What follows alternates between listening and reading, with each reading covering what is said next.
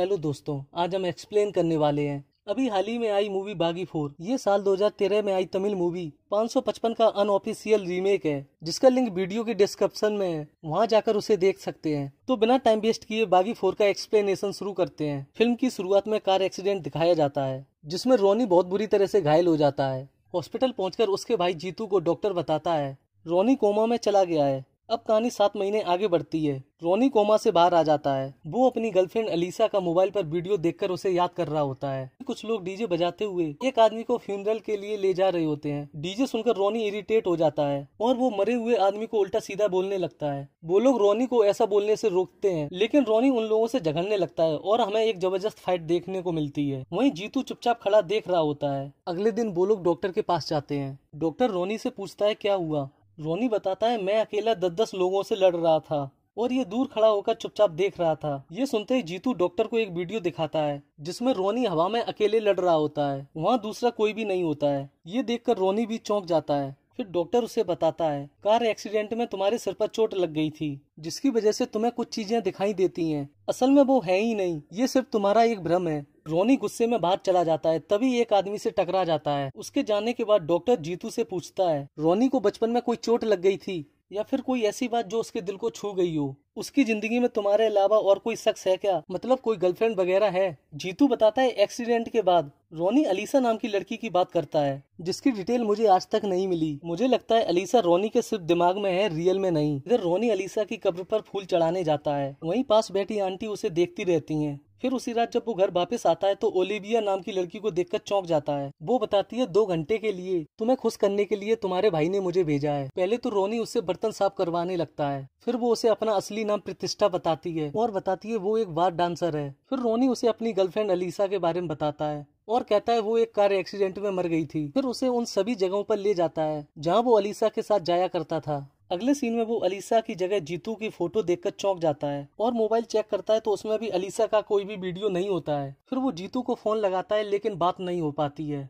इसके बाद वो जीतू की लोकेशन को ट्रैक करके उसके पास पहुंच जाता है। जीतू किसी आंटी की गाड़ी ठीक कर रहा होता है। रोनी उससे झगड़ा करते हुए कहता है तुम ऐसी हरकतें करोगे तो क्या लगता है मैं अलीसा को भूल जाऊंगा। आंटी उसको झगड़ा करने से रोकती हैं, लेकिन वो उनके साथ भी बदतमीजी करता है और उनके ऊपर पत्थर फेंककर मारता है। फिर जीतू को घर ले जाकर पूछता है इसमें अलीसा की फोटो थी और मोबाइल में उसका वीडियो था, वो कहाँ है। जीतू कहता है कौन सा वीडियो, और इस फोटो में तुम्हारे साथ हमेशा से मैं ही हूँ। मुझे लगता है तुम्हें फिर से भ्रम हो रहा है। तभी वो आंटी पुलिस को लेकर आ जाती है। वो रोनी को पकड़कर जेल ले जाती है। एसीपी पूछता है क्या लफड़ा हो गया है, किसी लड़की का चक्कर है क्या। जीतू कहता है कोई लड़की नहीं है। रोनी कहता है अगर कोई लड़की नहीं है तो उसकी लाश कहाँ से आई। फिर वो उन्हें अलीसा की कब्र दिखाने ले जाता है, लेकिन वहाँ अलीसा की कब्र नहीं होती है। फिर वो पास में बैठी आंटी से पूछता है। आंटी पुलिस को बताती है मैं इसे डेली इस कब्र के आगे बैठा देखती थी, मुझे लगता था ये इसकी माँ की कब्र है। ये सुनकर वो आंटी के साथ झगड़ा करने लगता है और यहाँ वहाँ अलीसा की कब्र ढूंढने लगता है। अब कहानी फ्लैशबैक में जाती है। रोनी एक नेवी ऑफिसर है। वो गंजेड़ी के पीछे भाग रहा होता है। फिर अलीसा का फोन छीनकर गंजेड़ी पर फेंक कर मारता है। अलीसा कहती है आज ही तो मैंने नया फोन लिया था और तुमने तोड़ दिया। ये मेरी लाइफ लाइन है, मैं इसके बिना कैसे सरवाइव करूंगी। रोनी उसे उल्टा सीधा बोलते हुए कहता है तुम रील बनाए बिना नहीं रह सकती क्या, और कहता है नेक्स्ट सैलरी आते ही तुम्हें नया फोन दिलवा दूंगा, तब तक मेरा फोन रखो। फिर घर पहुंचकर उसकी दीदी कैथरीन, जो कि अनाथ बच्चों को पालती हैं, उससे पूछती हैं तुम्हारा फोन क्यों नहीं लग रहा है। वो बताती है एक लड़के ने मेरा फोन तोड़ दिया है, उसकी सैलरी आते ही वो मुझे नया फोन दिलवा देगा। इस सीन में उस गंजेड़ी के दोस्त रोनी से बदला लेने आते हैं। रोनी उन्हें बहुत बुरी तरह से पीटता है, फिर उन्हें हॉस्पिटल भी ले जाता है। तभी उसे पता चलता है अलीसा एक डॉक्टर है और उसे वाकई में फोन की बहुत जरूरत है। फिर वो उससे कहता है कल जो कुछ भी हुआ उसके लिए मुझे माफ कर दो। वो उसे माफ कर देती है। फिर उनकी मुलाकातों का सिलसिला शुरू हो जाता है और रोनी की स्केच ड्रॉ करने के बहाने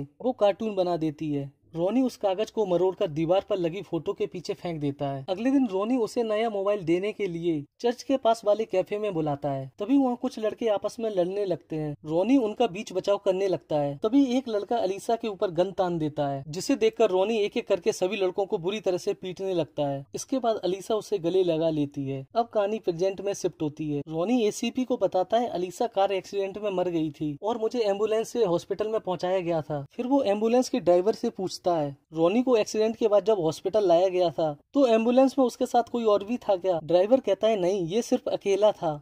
इसके बाद एसीपी इंस्पेक्टर कुटे को अलीसा के घर भेजता है, लेकिन वहाँ भी कोई नहीं होता है। फिर वो लोग एक्सीडेंट के आसपास वाली जगह की सीसीटीवी फुटेज चेक करते हैं। उसमें भी रोनी कार में अकेला जा रहा होता है। रोनी एसीपी से कहता है, सच पता किए बगैर मैं रुकने वाला नहीं हूँ। तभी उसे कैथरीन जाते हुए दिखती है। वो दौड़कर उसके पास जाता है, लेकिन कैथरीन उसे पहचानने से मना कर देती है। तब तक पुलिस और जीतू भी वहाँ पहुँच जाते हैं। वो बताती है, मैं कैथरीन नहीं प्रियंका हूँ। पंडित जी कहते हैं मैं इसे बचपन से जानता हूँ और ये अपने पापा का श्राद्ध करवाने आई है। एसीपी रोनी से कहता है, तो क्या अब ये पंडित जी भी झूठ बोल रहे हैं? ये सुनते ही रोनी एसीपी का कॉलर पकड़ लेता है। एसीपी रोनी को जेल में डाल देता है। थोड़ी देर बाद प्रतिष्ठा वकील को लेकर आती है और रोनी को छुड़वाकर अपने घर ले जाती है, क्योंकि वो भी उसे पसंद करने लगी थी। फिर वो रोनी के नजदीक जाने ही वाली होती है, तभी रोनी अलीसा का नाम ले लेता है। ये सुनकर वो बाथरूम में जाकर रोने लगती है। अगली सुबह वो रोनी से पूछती है, तुम्हें दवा चाहिए या दारू? वो दारू मांगने लगता है। प्रतिष्ठा दवा के पर्चे को मरोड़कर फेंक देती है, जिसे देखकर रोनी को याद आता है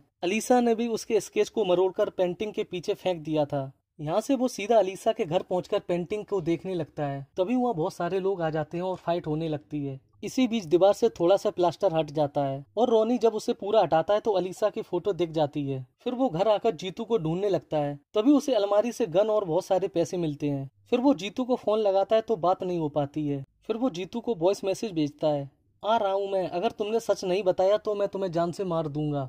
इसके बाद वो जीतू की लोकेशन को ट्रैक करते हुए उसके पास पहुंच जाता है। तभी पाउलो कुछ गुंडों के साथ आ जाता है और फिर से फाइट होने लगती है। इसी बीच रोनी का फोन वहाँ गिर जाता है। फिर वो जीतू को मारकर वहाँ से चला जाता है। जीतू मरते हुए रोनी को बताता है, वो लोग बहुत खतरनाक हैं। मैंने उनसे पैसे लेकर अलीसा के बारे में इसलिए झूठ बोला ताकि तुम्हारी जान बचा सकूं, और उन लोगों ने गन इसलिए दी अगर मैं तुम्हें सच बताने की कोशिश करूं तो खुद को गोली मार लूं। तभी पाउलो को देखकर उसे याद आता है, इसे तो हॉस्पिटल से निकलते टाइम देखा था। फिर वो वहाँ से चला जाता है। कुछ टाइम बाद एसीपी वहाँ पहुँच जाता है और रोनी का फोन मिल जाता है, जिसे चेक करने पर उन्हें रोनी का वही वॉइस मैसेज मिलता है जिसमें वो जीतू को मारने की धमकी दे रहा था। कुटे कहता है, रोनी अपने भाई को मारकर भाग गया, पता नहीं अब वो कहाँ मिलेगा। एसीपी कहता है, मैं जानता हूँ वो कहाँ मिलेगा। फिर डांस बार पहुंचकर प्रतिष्ठा को बताता है रोनी अपने भाई का मर्डर करके भाग गया है और उसे फोन लगाने के लिए बोलता है। प्रतिष्ठा रोनी को फोन करके कहती है, पुलिस तुम्हें ढूंढ रही है, अपना फोन और सिम सब फेंक दो। फोन फेंकते समय रोनी का एक्सीडेंट होते होते बचता है। तभी उसे याद आता है एक्सीडेंट होने से पहले अलीसा कैथरीन के बारे में कुछ बताना चाहती थी।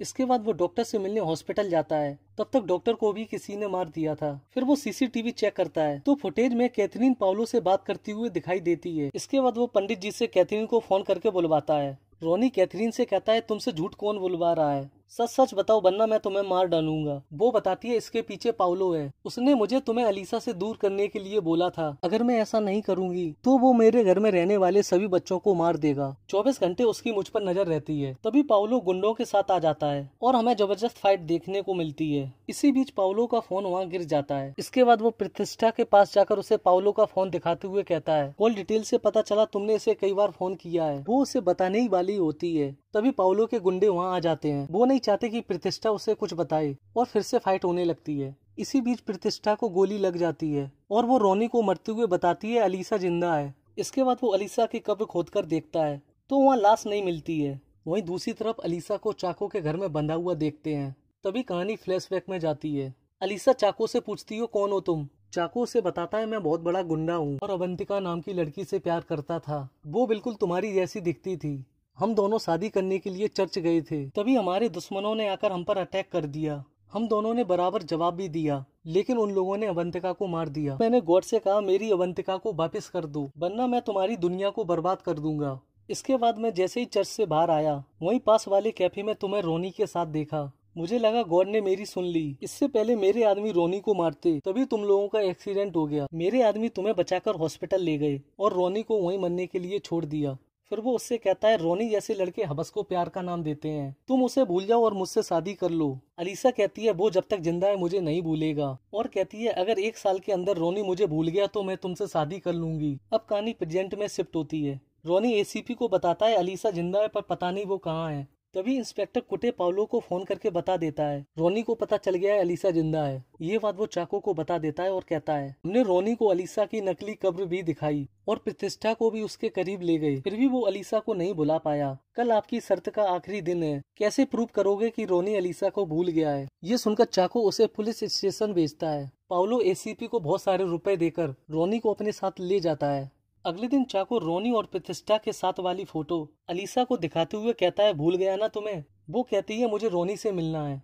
इसके बाद वो रोनी से मिलकर पूछती है, इन्होंने तुम्हारी किसी लड़की के साथ फोटो दिखाई, क्या है वो? रोनी कहता है, वो सब कुछ सच है। फिर वो उसे थप्पड़ मारते हुए कहती है, मैं अभी चाको से शादी करने जा रही हूँ। उसके जाते ही पाउलो रोनी से कहता है, अगर तुम अलीसा से फोटो वाली बात झूठ नहीं बोलते तो मैं उसे मार देता। फिर पाउलो अपने आदमियों से रोनी को मारने के लिए कहता है। फिर से फाइट होने लगती है और रोनी पाउलो को मार देता है। तभी हमें पता चलता है एसीपी ने जानबूझकर रोनी को यहाँ भेजा था, क्योंकि उसे पता चल गया था इंस्पेक्टर कुटे पाउलो से मिला है। इधर चाको और अलीसा शादी करने के लिए चर्च पहुँच जाते हैं। तभी चाको को पता चलता है रोनी ने पाउलो को मार दिया है। तब तक रोनी भी वहाँ पहुँच जाता है। फिर रोनी और चाको में फाइट होने लगती है। इसी बीच अलीसा के हाथ में गन लग जाती है। फिर चाको उससे रोनी को मारने के लिए कहता है।